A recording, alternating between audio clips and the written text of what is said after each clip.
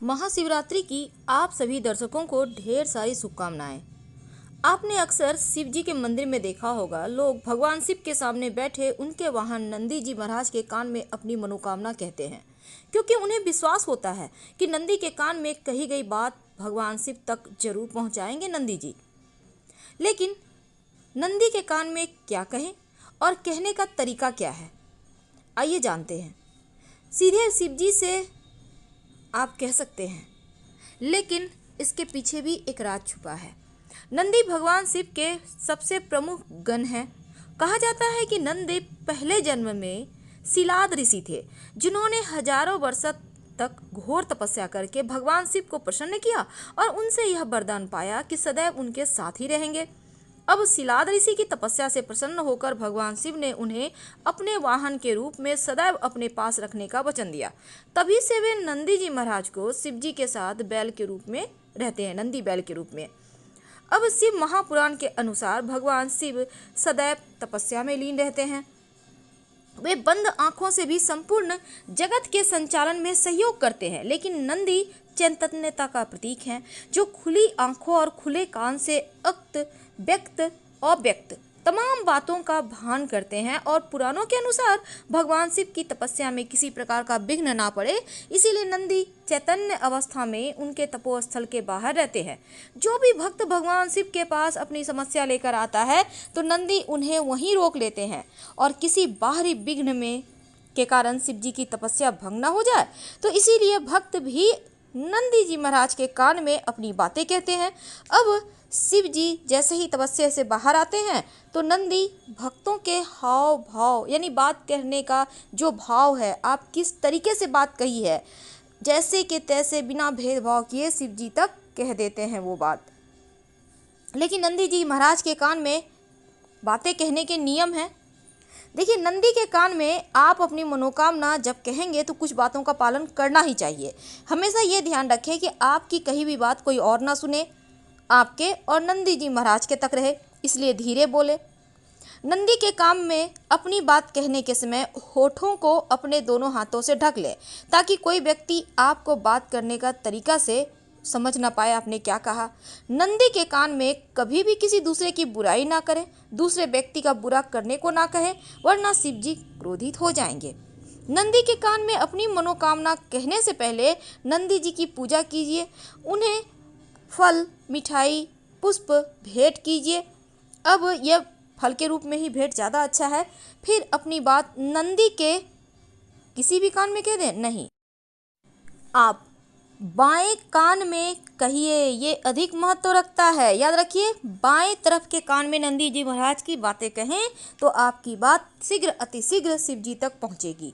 और जब आप अपनी मनोकामना कहें तब हर हर महादेव का जयकारा जरूर लगाएं, क्योंकि अपने स्वामी की नाम सुनकर, उनकी जयकारा सुनकर नंदी जी महाराज प्रसन्न होते हैं। जब भी हम कोई व्रत रखते हैं, पूजा पाठ करते हैं, तो दान जरूर करते हैं।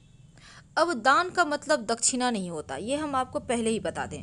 दान का, जैसे कि हम लोग महाशिवरात्रि की पूजा शाम के वक्त करेंगे, इस बार गुरुवार के दिन महाशिवरात्रि व्रत पड़ रहा है, तो देखिए, हिंदू धर्म में या कोई भी धर्म हो, दान करने का महत्व हर धर्म में है। लेकिन कुछ ऐसी चीज़ें हैं जिसका दान करने से जीवन में परेशानी बढ़ जाती है, क्योंकि हर ग्रह से हर एक चीज़ जुड़ी हुई है। अब आप अगर कोई वस्तु ऐसी खास है जो आपको दान नहीं करना चाहिए, आप कर देते हैं, तो फिर वो ग्रह कमज़ोर हो जाएगा और जीवन में परेशानी बढ़ जाता है। वैसे तो कहा जाता है दान पुण्य करने का कोई वक्त नहीं होता, और बहुत सारे लोगों की ये भी आदत होती है कि वो कुछ भी दान करते रहते हैं, बस अच्छा बुरा अंजाम उसको बाद में भुगतना भी पड़ता है। इसलिए हमेशा ही, अब बहुत सारे लोगों की कुंडली में, अधिकतर लोगों की कुंडली में धन का दान नहीं करने को कहा गया है। बहुत सारे लोगों के सप्तम भाव में गुरु बैठ जाएं तो नए वस्त्र किसी को नहीं देना चाहिए, वरना परेशानी बढ़ जाती है। तो छोटी छोटी चीज़ें हैं जो आपको ध्यान में रखना होगा। लेकिन इस बार जो महाशिवरात्रि का दिन है ना, वो गुरुवार का दिन है।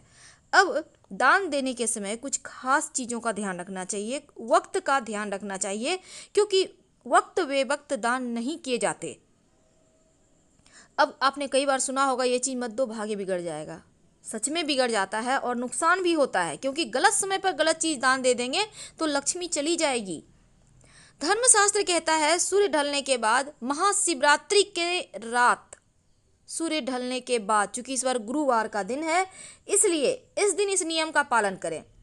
अगर कुछ ऐसी चीजें जिसका दान दे दोगे तो आपका भाग्य ही बिगड़ जाएगा। अब वो कौन सी वस्तु है?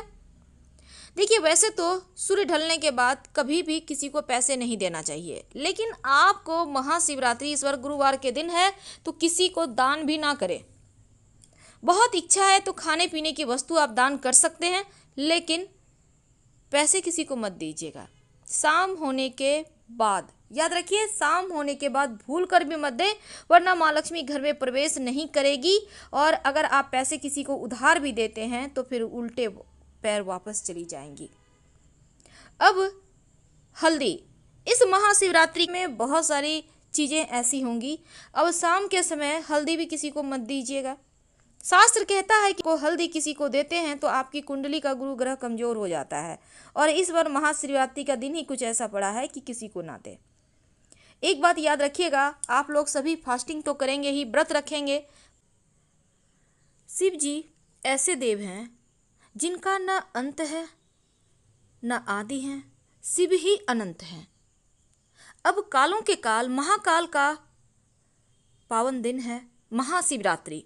हर कोई चाहता है भगवान भोलेनाथ को प्रसन्न करें, और इस फाल्गुन माह के कृष्ण पक्ष के चतुर्दशी तिथि के दिन भगवान शिव के मंदिर में श्रद्धालुओं की भीड़ भी उमड़ती है और अपने इष्ट देव शिव जी की पूजा अर्चना करते हैं, क्योंकि शिव जी बहुत जल्दी प्रसन्न होकर कृपा भी बरसाते हैं। और भगवान शिव को अगर आप प्रसन्न करना चाहते हैं तो कुछ चीज़ों का विशेष ध्यान भी रखना चाहिए।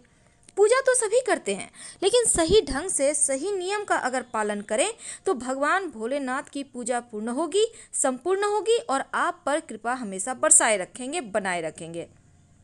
भगवान शिव को सबसे प्रिय है बिल्वपत्र। अब महाकाल शिव जी जल्दी प्रसन्न हो जाते हैं, और बेलपत्र चढ़ाने के नियम भी हैं। आज हम आपको ऐसी ही कुछ बातें बताएंगे, आप शिव जी को प्रसन्न रख पाएंगे आसानी से। देखिए, बिल्वपत्र को संस्कृत में बिल्वपत्र कहते हैं, वैसे आम भाषा में बेलपत्र कहते हैं। भगवान शिव की पूजा में बहुत महत्व है इसका। और बेलपत्र और गंगा जल भगवान शिव को शीतलता प्रदान करता है, जिससे वे खुश हो जाते हैं। भगवान शिव को हमेशा बेलपत्र उल्टा ही अर्पित करें, पत्ते का चिकना भाग शिवलिंग के ऊपर रहना चाहिए। लेकिन भगवान शिव के आराध्य हैं श्री राम, और श्री राम के आराध्य हैं भगवान शिव। अब दोनों ही एक दूसरे को भसते हैं, तो बेलपत्र पर चंदन घिसकर उसके, या आपके पास पाउडर है तो उससे भी कर सकते हैं, आप चाहें तो बेलपत्र कही लकड़ी से घिसकर उसी से आप लिख सकते हैं बिल्वपत्र पर राम। हर एक पत्ते में लिखिए राम। आप वैसे तो ओम नमः शिवाय भी लिख सकते हैं, लेकिन विशेष मनोकामनाओं की पूर्ति के लिए राम लिखें। बेलपत्र जब आप अर्पित करते हैं ना, पूजा बेलपत्र के बाद आप जल जरूर अर्पित कीजिए, वरना आपकी पूजा अधूरी रह जाएगी।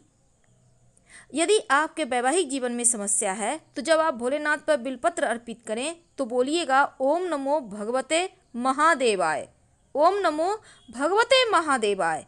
आपकी समस्त समस्या दूर हो जाएगी। संतान की प्राप्ति चाहिए, तब जब आप शिव जी पर बेलपत्र अर्पित कीजिएगा तो दूध में बेलपत्र को डुबाकर फिर शिवलिंग पर उल्टा कर अर्पित कर दें। और बेलपत्र कटा फटा नहीं होना चाहिए, इस बात का ध्यान रखिएगा। देखिएगा कैसे आपकी मनोकामना शीघ्र अति शीघ्र पूरी हो जाती है, मनचाहा वरदान मिलता है। तो आज हमने आपके साथ बहुत सारी बातें शेयर की।